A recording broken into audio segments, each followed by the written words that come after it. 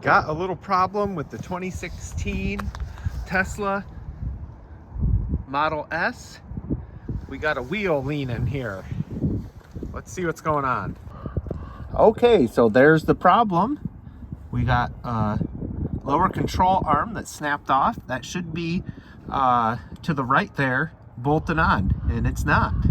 Okay, so we got this bushing out that goes right there. That was a 21 millimeter wrench and socket, no problem. So now we have this bolt right here. You can see the Allen head on that. So that attaches to the sway bar. Now, not all Tesla Model S's have this. This is a performance.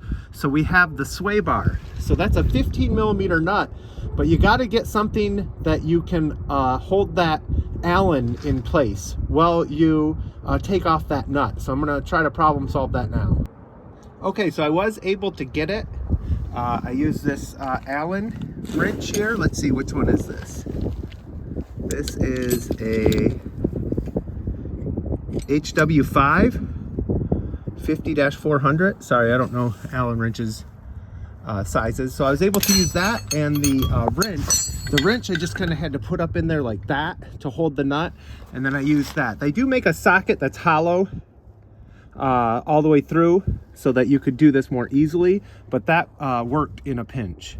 So now I'm working on this other bolt here. You can see I almost got it out, but as you take it out, this part here starts to drop. So now that bolt is kind of stuck in there. So I'm just kind of trying to gently get this bolt out, and this is also an 18 millimeter. Okay, so that one was a real pain. So I decided to remove the back two bolts, which one was right there. And those were the ones I was afraid of. The other one's right in there somewhere. Yeah, you can see it just barely there. But once I removed those, then I could wiggle that one out. So I'd recommend taking those back ones out before you put this one in. All right, so there's a good look at the culprit, and there's where it broke. Let's take a look at our replacement. All right, so I bought this one from Cali Auto Parts off of eBay. They shipped it right away for me, which was nice, so I appreciate that. Cali Auto Parts, and yes, I did buy a used one. So it was cheaper, it was faster, and it was cheaper. Did I mention that? So these are left and right, so these will work on the left or right. This one looks like it has a good bushing. This part looks good. And it looks like, let me see. So yeah, the old one does not have this spot on it right here. So this seems like it's maybe a newer production version that's a little tougher. There's probably going to be some debate on whether I should have used a used one or not, because these are prone to break. There's a lot of people that feud it with Tesla over whether they should be a recall situation. Tesla decided no, it wasn't. But here we go. This is the replacement, and we're ready to put it on. And really quick, here is the side-by-side comparison. And here's Kaiser the Doberman. Kaiser, come say hi. Yeah, good boy. All right, boys, I am not gonna lie, this was not easy to get back in there.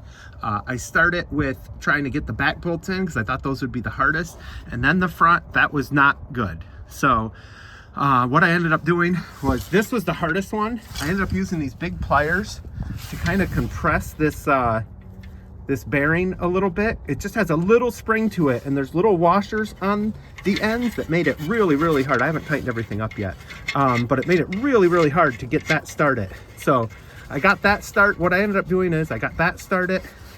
Then this one, I took my hammer and hit back up into here on the heavier part to get this one in place. And then had to wiggle to get the top two in place. So I did not want to hit the hammer on this at all, because this is the spot that is prone to breaking.